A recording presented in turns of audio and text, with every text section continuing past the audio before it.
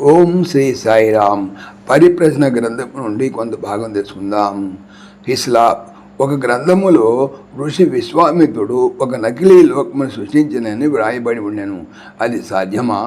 సాయి: అవును. ఆ ఋషి తన శిష్యులలో ఒకరిని సశరీరముతో స్వర్గమునకు పంపించదనని మాట ఇచ్చాను. దేవతలు అందుకు సమ్మతించలేదు. విశ్వామిత్రుడు ఆగ్రహించి దేవతలు వలదన్నా వినకుండా ఒక లోకమును సృష్టించాను. అందు దేవతాగణమును కూడా సృష్టించి శిష్యుని సశరీరముతో అక్కడికి పంపించాను. భగవంతుని సంకల్పమునకు వ్యతిరేకమైనది ఏదీ నిలబడదు. విశ్వామిత్రుడు లోకము కూడా మనలేదు. ఇస్లాం: ప్రహ్లాదుని దేహము సజీవముగా ఉండుట కొనసాగినది కాబట్టి అతడు భగవత్ సాక్షాత్కారమును పొందలేదని చెప్పవచ్చును. అట్టి పరిస్థితుల్లో అతడు ఆత్మభావంలో దృఢచిత్తుడై తీవ్రమైన హింసలను కూడా ఏ విధముగా నవ్వుతూ తట్టుకోగలిగాను? సాయి: ప్రహ్లాదుని సృష్టించుటలో ఒక ప్రత్యేకత కలదు.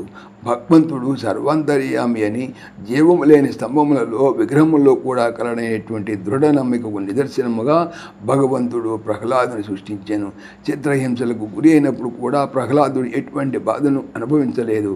అతనికి భగవంతుని పట్ల కల పరిపూర్ణమైనటువంటి విశ్వాసము వలన భగవంతుడు పిలిచిన వెంటనే పలికిడివాడు, ఎటువంటి బాధ లేకుండా చేసేవాడు. సాయిరామ్.